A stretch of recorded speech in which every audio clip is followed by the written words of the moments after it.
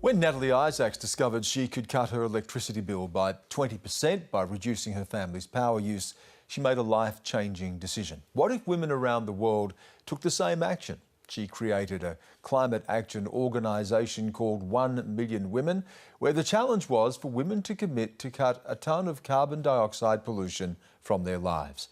Natalie Isaacs has just published her new book, Every Woman's Guide to Saving the Planet, and she joined me earlier.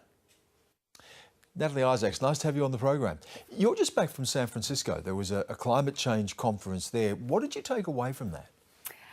I took away that the urgency to act has gone from here to here. And you noticed that there, did you? There was a real palpable sense of that. I really noticed it. You know, I've been going to quite a few of these conferences, whether it's a summit or the COPs that they have every year, and there's always an urgency with this. There's always...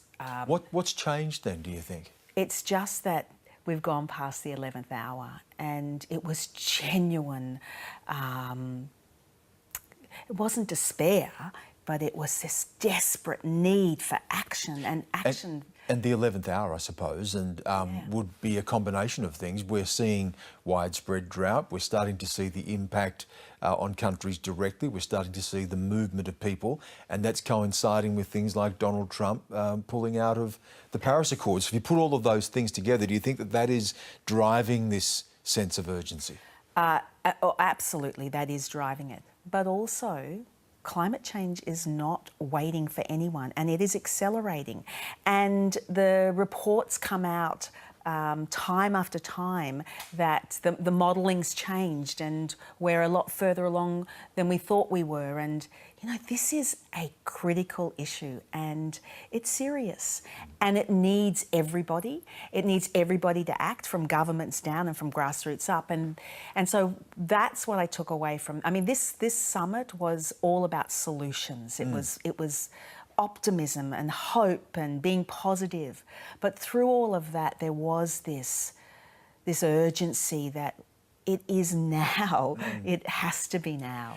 And this desire to act, what ordinary people can do, really lies at the heart of what you're trying to do with the 1 million women. Where did you come up with that idea of 1 million women? Why did you focus on that in particular? So I used to be a cosmetics manufacturer and for 24 years, and my life was all about over-packaging, and I was not connected to this issue in any way. But I had this epiphany and I changed. And what was that? Well, what made you change? There was a few things that happened throughout the year, but the thing that actually changed me forever was I got my electricity bill down by 20%. Just that. And when I saw the bill and I thought, oh my goodness, I've just saved a heap of money and a heap of pollution. Now that's powerful. And then the 1 million women. Why women? Well, and that was a no-brainer. Because, so after I had this epiphany and I then went on and got my food waste down and overconsumption and I thought, I have to do something. What am I going to do? And as you do, you start a women's movement. But I did a lot of research and I found that there were millions of organisations out there that spoke to everybody, but nothing was harnessing the unique strengths of women. The other thing was that, depending on what country you're in, between 70 and 85% of the consumer decisions that affect the household's carbon footprint are done by women.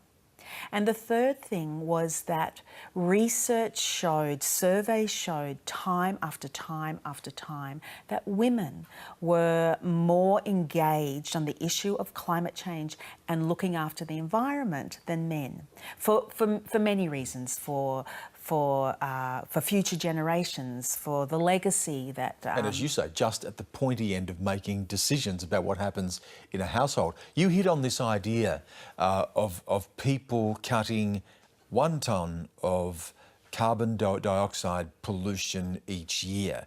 So you set a target. How do you then go about achieving that? So that was the very early proposition of 1 million women was you joined up and you cut a ton of pollution out of your life in a year through your daily life. So through all the aspects. Just what you did. Turn off a light. That's right. Get your electricity bill down. Get your food waste down by 50%. Look at how you're spending money. And so we focused on how you get from A to B with the least impact on the planet, the economic power of women, what you invest in, where you're banking, and are you investing in a bank that invests in fossil fuels, for example? We focus on sustainable fashion, everything that comes with how you live, and we focus on how you do that with the least impact on the planet. And anyway, we have grown from that time, and now so you're up to about 800,000, I think, is that the latest count? So you're closing in on the million. But by other measurements, you're way ahead of the million, aren't you? We are. You know, our blogs last year got 4.5 million views. Our social media reach every week is 5 million. And we are growing. We are building a lifestyle revolution to fight the climate crisis. How do you see this issue with the debate that's played out, particularly in a country like Australia, where the focus is precisely what you were talking about, it's cost? How does a government balance the demand from the public to keep the cost down, but also to deal with issues like climate change? Do you know what? In terms of keeping the costs down, one of the biggest things that 1 million women focuses on is energy efficiency. It is such a big area that if every household in this country got their electricity consumption down by just 20%, and I promise you, you could do it, anybody listening can do it, it's just being more vigilant around the house, we would save about $240 million back in our pockets, and it could be responsible for shutting down 2 coal-fired power stations. It's remarkable. I was just reading your book, and I did have a chuckle where you said that when you first got involved in this, you knew nothing about climate change. You didn't even know who the Environment Minister was. But no it's been a remarkable journey for you, hasn't it? Yeah, it has. I had no idea. And the thing is, look, I used to think that climate change was somebody else's issue. It was too complex, and who am I anyway? I'm just one person. How can I make a difference? And once I got my electricity bill down, I became personally invested. And that's what we need to do. We need to fight for climate action, and we need to live it too. We need to make our governments, our politicians accountable, but we also need to be doing everything we can to act, you know, in our lives. A personal responsibility. Natalie, terrific to talk to you. Thank you again for coming in. Thank you so much for having me.